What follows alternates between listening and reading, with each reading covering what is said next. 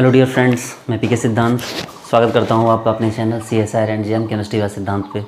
और dear friends, आज जो हम लोग टॉपिक करने वाले हैं वो NMR का 5th लेक्चर है। ठीक है, आज की क्लास बहुत इंपॉर्टेंट होने वाली है। अब आप बोलोगे सर ये बात तो आप रोज़ रोज़ बोलते हो, इसमें नया क्या है?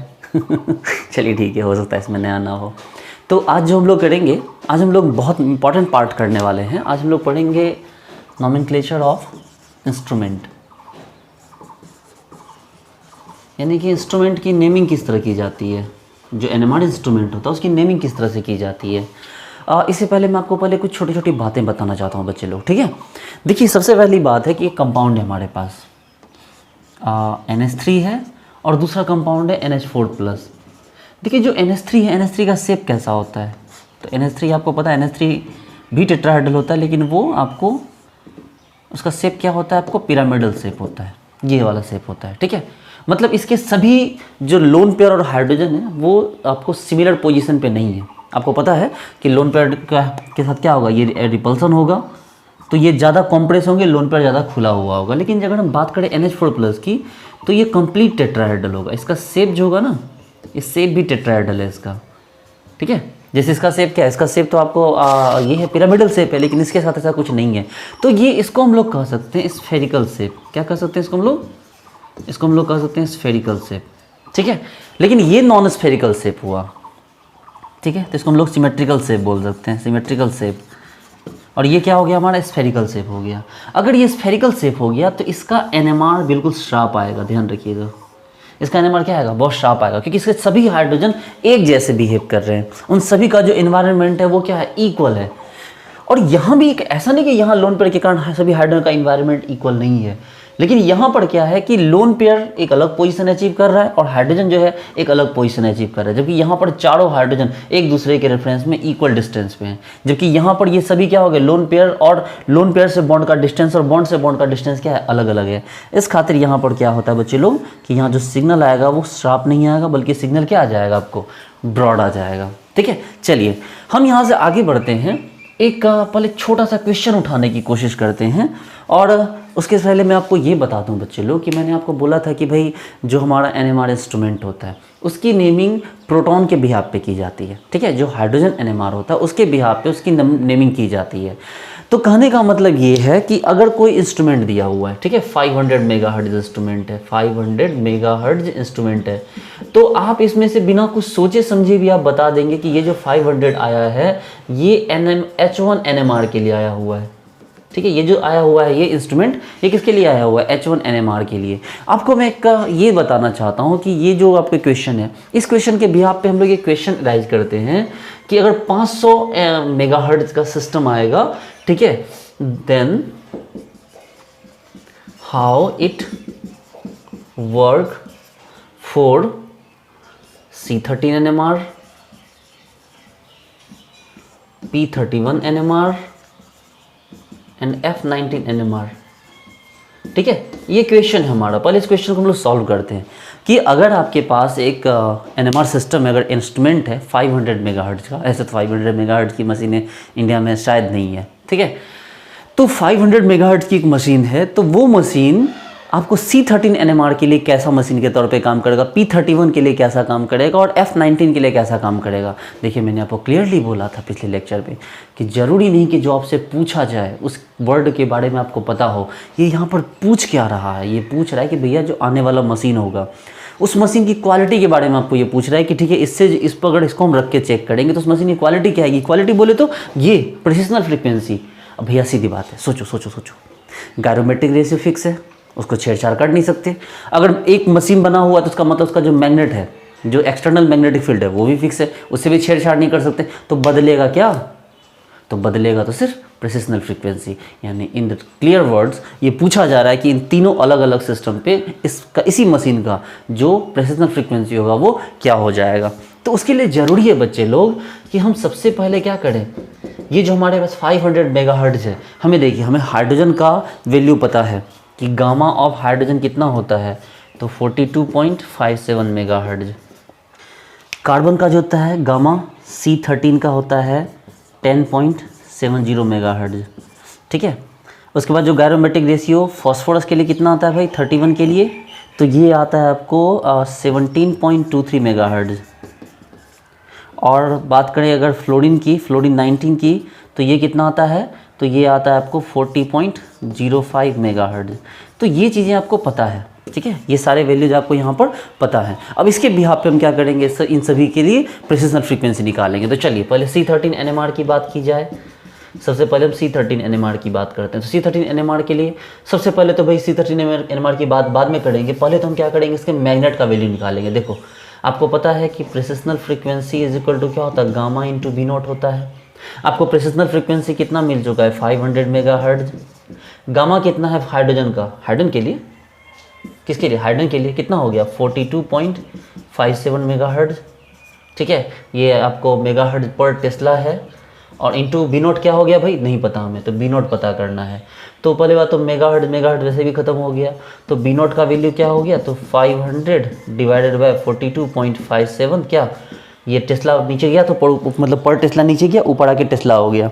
अगर इसे कट करें इसको हम, तो कितना आ जाएगा भाई, लगभग आ गया ये आपको अपन ये एक, फिर इसके बाद हो गया आपको लगभग ये, ठीक है।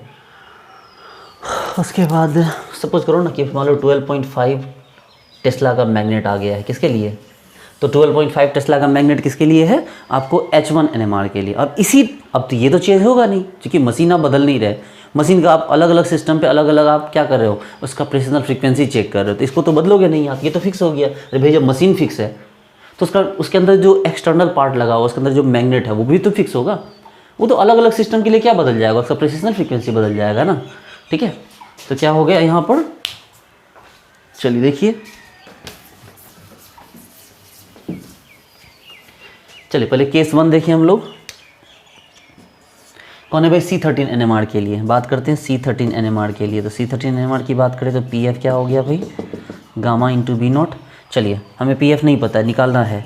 अच्छा C13 का PF क्या, आपको गामा कितना होता है, तो 10.70, और मैग्नेट कितना दिया हुआ है, मैग्नेट 12.5 टेस्ला, 12.5 टेस्ला, और ये क्या था 10.70 मेगाहर्ट्ज़ पर टेस्ला। तो इसे भी कट जाएगा, टेस्ला आपको मेगाहर्ट्ज़, आपको टेस्ला पर टेस्ला कट जाएगा, तो क्या बचेगा, जो भी आंसर आ जाए वो किस में आ जाएगा, मेगाहर्ट्ज़ में आ जाएगा, ठीक है। सेकेंड नंबर पे ऑप्शन आइए, तो सेकेंड नंबर किसके बारे में पूछ रहा है, P13 NMR के बारे में। चलो आपको ये पता है मैग्नेट 12.5 टेस्ला पता है, तो PF निकालिए किसके लिए, P31 के लिए। तो PF का value gamma into V not होता है। चलो इसका क्या हो गया, गामा आपको PF पता करना है ना, गामा कितना हो गया आपको फॉस्फोरस का, तो आप बोलोगे सर फॉस्फोरस का जो PF होता है वो होता है सर आपको 17.23 मेगाहर्ट्ज़ पर टेस्ला। हमसे पूछा ठीक है, V नॉट कितना है, तो भाई 12.5 टेस्ला, तो टेस्ला पर टेस्ला कट गया। अब जो भी आंसर आएगा वो क्या आ जाएगा, मेगाहर्ट्ज़ में आ जाएगा। चलो लास्ट वाला जो थर्ड नंबर है उसमें कौन है, आपसे पूछ रहा है F19 NMR, इसके लिए प्रेसिजन फ्रीक्वेंसी आपको पता करना है। तो PF equal to gamma into V naught. चलो गामा कितना है फिर आपको फ्लोरीन का, तो 40.05 क्या 40.05 मेगाहर्ट्ज़ पर टेस्ला, और फिर V नॉट कितना है 12.5 टेस्ला, तो सब कट गया और आंसर जो भी आ जाएगा मेगाहर्ट्ज़ में आंसर आपका आ जाएगा। तो इस तरह से बच्चे लोग आप समझ सकते हो कि आपको अलग अलग सिस्टम के लिए भी जो होगा, आप अगर मशीन सिमिलर है तो आप मैग्नेट का वैल्यू निकाल लो और सबके लिए प्रेसिजन फ्रीक्वेंसी का वैल्यू अलग अलग निकाल दो। आई बात समझ में, गॉट इट। चलिए नोट कीजिए पहले इसको।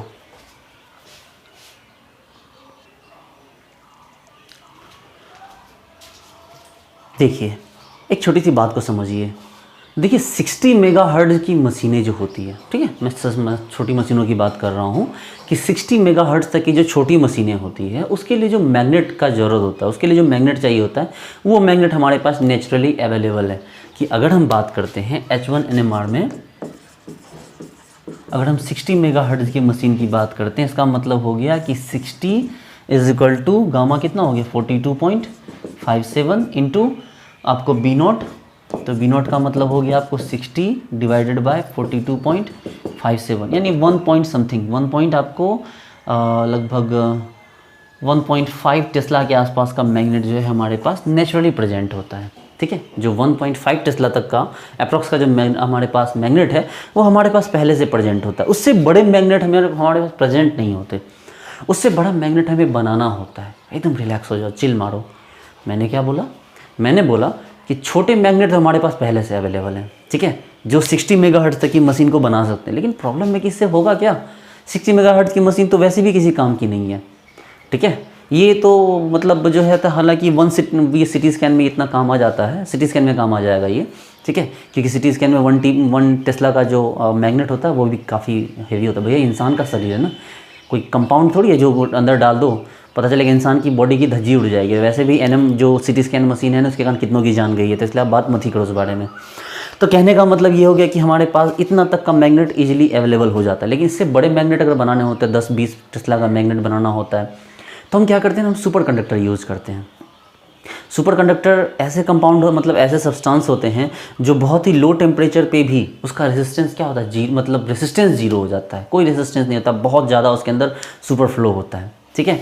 अब क्या है कि ये जब इस आप NMR के काम करवाओगे तो ये बहुत जल्दी हीट होने लगेगा। समझो एकदम, मेरी बात को समझो, इस पैटर्न को समझो, बिना इसको डिटेल डिस्कशन किए आप नहीं समझ सकते। मैंने क्या बोला कि एक मैग्नेट आपने बनाया, एक मैग्नेट बनाया, ठीक है, जो मैग्नेट नॉर्मल नहीं है, एक सुपर कंडक्टर का मैग्नेट बनाया। मान लो आपको 5 टेस्ला का मैग्नेट चाहिए, 1.5 टेस्ला से बड़ा मैग्नेट आपको मिलना ही मुश्किल है, कोई मिलेगा ही नेचुरली नहीं, नेचुरल नहीं है।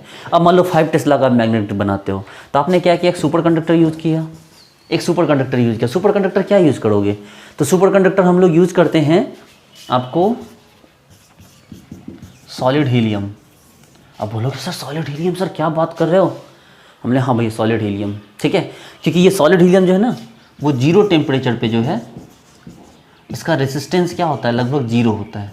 जब टेम्परेचर 0 होगा ना, मतलब जब बिल्कुल चिल्ड होगा, कूल्ड होगा, ठंडा होगा, तो उस समय में इसका जो रेसिस्टेंस होगा वो क्या होगा, 0 होगा। ये सुपर कूल्ड लिक्विड है, ठीक है। अब प्रॉब्लम ये है कि जो हीलियम है उसको ठंडा रखा कैसे जाए, हीलियम को कैसे ठंडा रखिएगा। आपको याद कीजिए, अगर आपको मशीन याद होगा तो आपको याद कीजिए मशीन ऐसा हुआ करता था कि ये देखिए इस तरह का मैग्नेट बनाते थे, ठीक है, इसके अंदर सैंपल लगाते थे और इसके चारों तरफ क्या होता था, एक हीलियम, लिक्विड हीलियम का जैकेट हुआ करता था, इसमें लिक्विड हीलियम भरा हुआ होता था।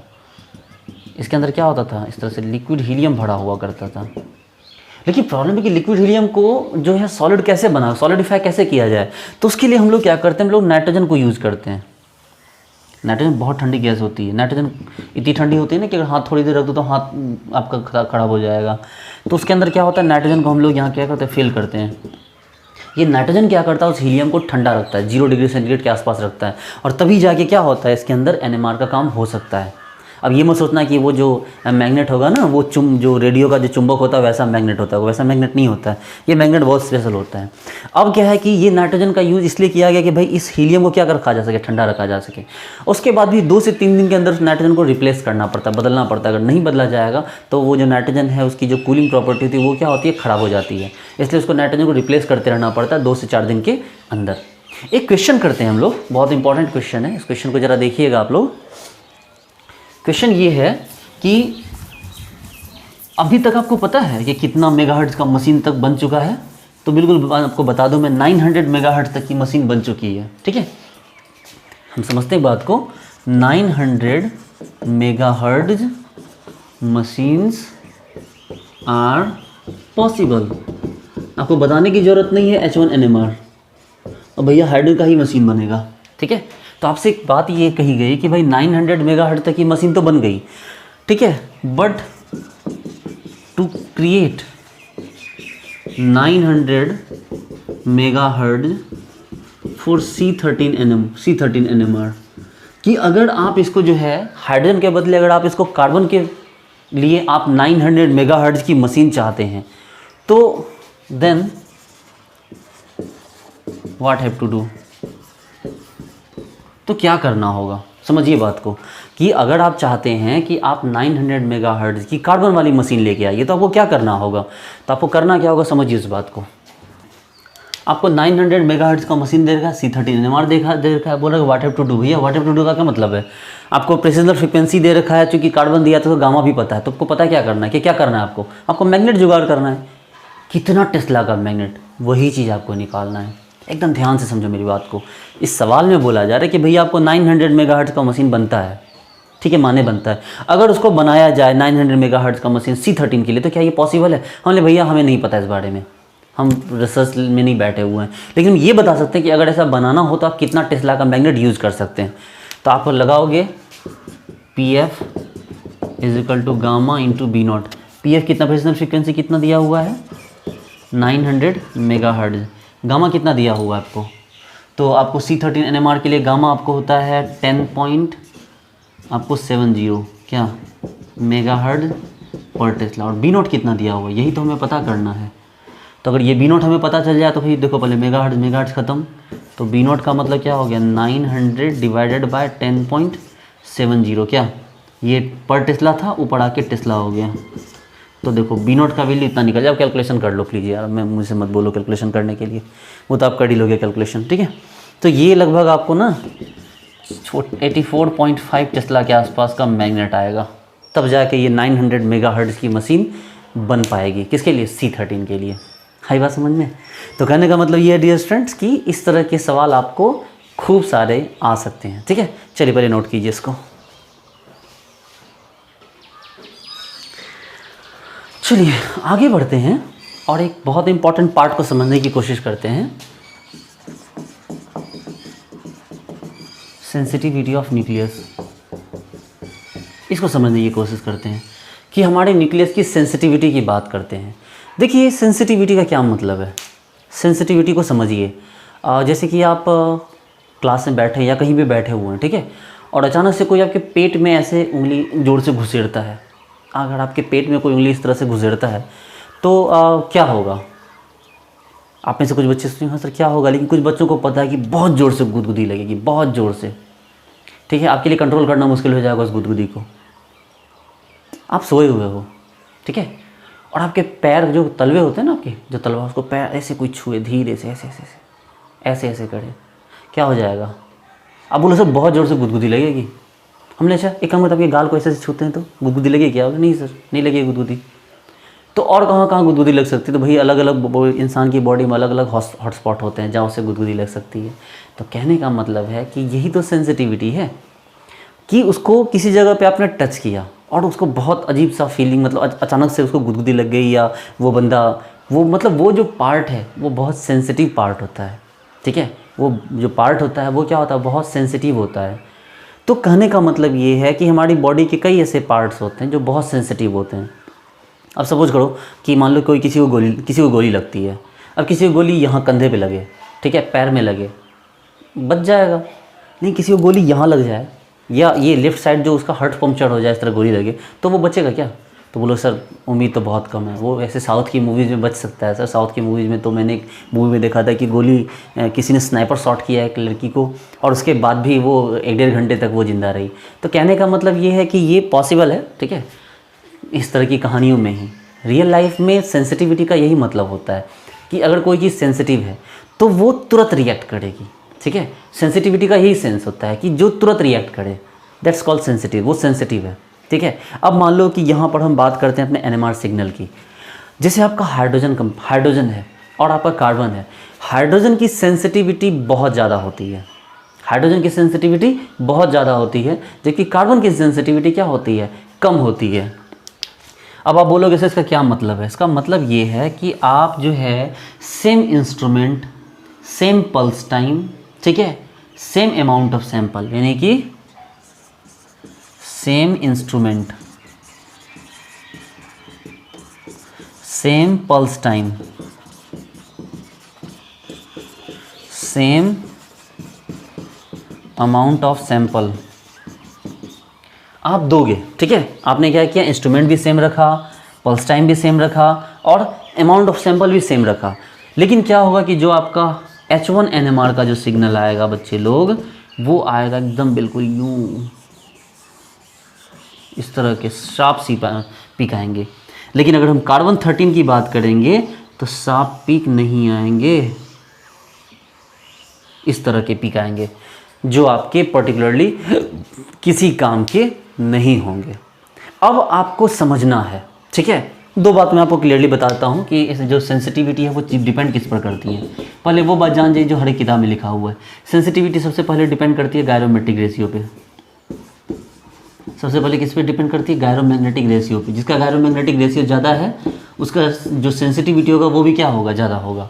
और दूसरी चीज़ वो डिपेंड करती है परसेंटेज ऑफ, मतलब नेचुरल एबंडेंस पे, नेचुरल एबंडेंस पे कि कोई चीज़ कितना ज़्यादा प्रेजेंट है। अब देखिए जो हाइड्रोजन है, हाइड्रोजन जो है 99.98% प्रेजेंट है, ठीक है, हाइड्रोजन जो H1 है, जबकि जो C13 है वो सिर्फ 1.1% प्रेजेंट है। देखिए हाइड्रोजन का जो प्रेजेंस है, हाइड्रोजन है उसका प्रेजेंस कितना 99.98% है, जबकि जो कार्बन है, कार्बन 12 तो भाई वैसे भी 4 से डिवाइड होता है, 12/4 तो 3, तो वो तो NMR एक्टिव नहीं होगा, लेकिन कार्बन का जो 13 है उसका अमाउंट कितना 1.1%। इसलिए ये क्या हो गया, इसका जो पीक होता है देखिए ना, डायरेक्टली प्रोपोर्शनल गायरोमेट्रिक रेशियो, तो भैया वैसे भी आपको पता है कि हाइड्रोजन का वैल्यू कितना है 42.57 मेगाहर्ट्ज पर टेस्ला। तो देखो इसका परसेंटेज अपीयरेंस भी ज़्यादा और गामा भी ज़्यादा, जबकि कार्बन का देखिए परसेंटेज अपीयरेंस भी कम है और गामा कितना है 10.70, तो ये तो दोनों कम है इसका। तो ये तो वो बात थी जो आपकी बुक में लिखी हुई। एक बार मेरी बात को दोबारा सुनिए, मैंने क्या बोला कि आपका जो सेंसिटिविटी है वो सेंसिटिविटी दो चीज़ों पर डिपेंड करता है, गायरोमैग्नेटिक रेशियो और दूसरा परसेंटेज ऑफ नेचुरल एबंडेंस। तो भाई जो गायरोमैग्नेटिक रेशियो है वो हाइड्रोजन का भी ज़्यादा है और उसका जो है जो गायरोमेट्रिक रेशियो भी ज़्यादा, नेचुरल एबंडेंस भी ज़्यादा, जबकि कार्बन का गायरोमेट्रिक रेशियो भी कम है और नेचुरल एबंडेंस भी कम है। हम इस पे बेवजह का डिस्कस नहीं करेंगे, आपको मोटी बात समझ में आ चुकी है, हम बेवजह इस पर पूरा बोर्ड नहीं भरने वाले हैं। मैं आपको सिखाना चाहता हूँ कि कैसे जो सेंसिटिविटी इफेक्ट होती है, ठीक है, इस चीज़ से, इन चीज़ों से, ये जो गायरोमैग्नेटिक रेशियो है, नेचुरल एबंडेंस है, ये चीज़ों पर डिपेंड डायरेक्टली करता है, ये आपको पता चल चुका है। लेकिन एग्जैक्टली कैसे होता है ये सैंपल के लिए किसी का पीक जो शार्प होता है, किसी का पीक जो ब्रॉड होता है, वो एग्जैक्टली कैसे होता है वो मुझे समझाना है। पहले आप इसको नोट कर लीजिए। देखिए जो हाइड्रोजन है H1, इसके लिए गामा का वैल्यू कितना है 42.57 मेगाहर्ट्ज पर टेस्ला। इसका मतलब क्या हो गया कि ये 42.57 गुना 10⁻6 टाइम रिवॉल्व्स फॉर 1 टेस्ला। मेरी बात को समझिए, ये गामा इसका 42.57 मेगाहर्ट्ज पर टेस्ला, इसका मतलब है कि ये 42.57 गुना 10⁻6 टाइम रिवॉल्व करता है फॉर 1 टेस्ला।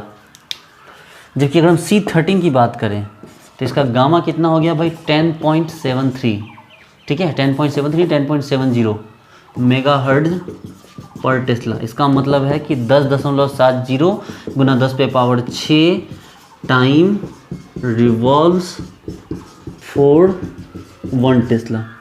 तो देखो ये तो बहुत कम है आपका, पहली बात तो ये बहुत कम। और दूसरी जो सबसे इंपॉर्टेंट बात है कि भाई इसके 100 पार्टिकल अगर होंगे, अगर 100 जो पार्टिकल होगा 100 में से 99.98% जो हाइड्रोजन होगा वो NMR एक्टिव होगा, ठीक है। जो 99.98% हो गया या 99.8% ही कहीं कहीं लिखा जाता है, उसके लिए आप टेंशन नहीं लेंगे।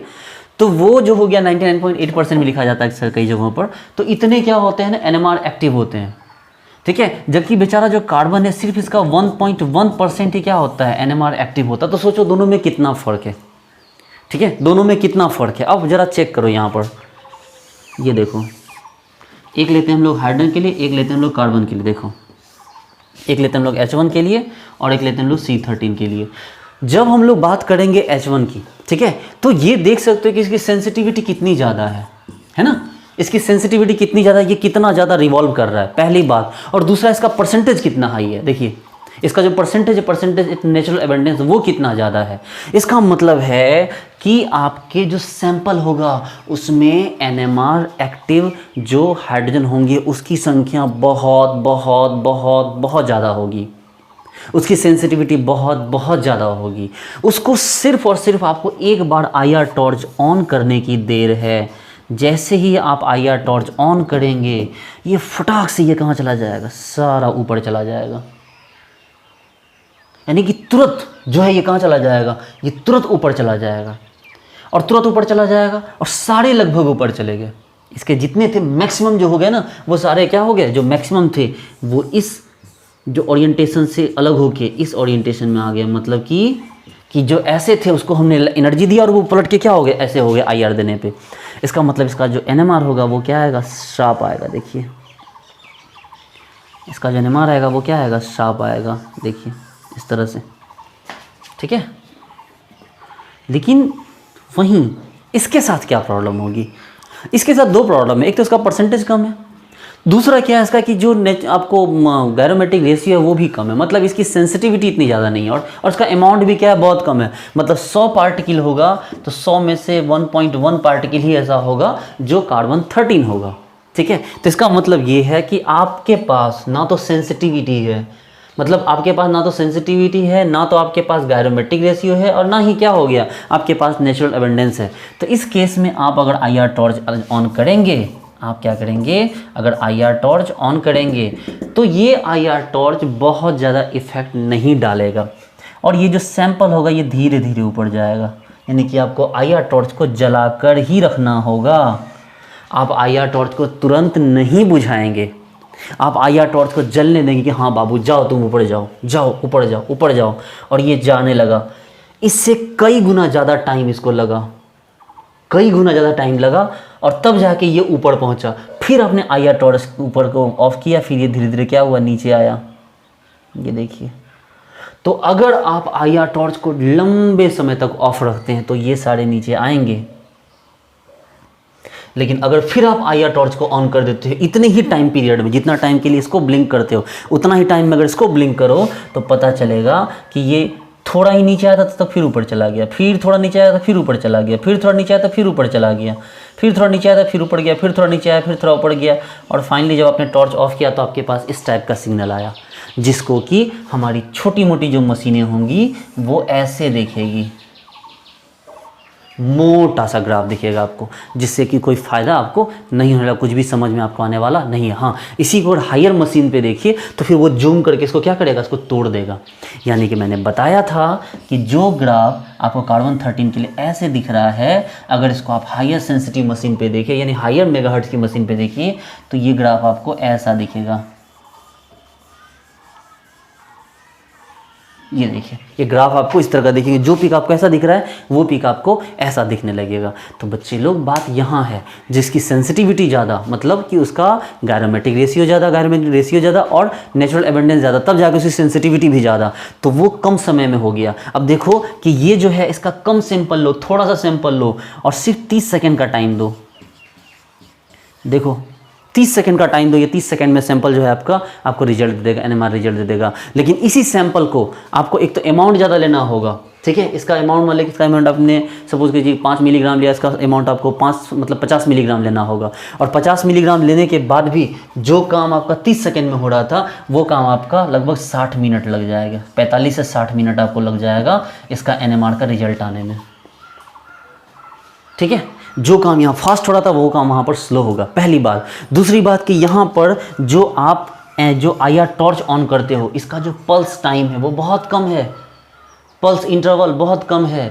लेकिन यहाँ पर क्या है कि जो पल्स इंटरवल होगा, पल्स टाइम होगा, उसके बीच आपको गैप क्या हो जाएगा, काफ़ी ज़्यादा होगा, बड़े बड़े पल्स टाइम देने होंगे, तभी जाके क्या हो जाएगा, ये ऐसा बनेगा आपका।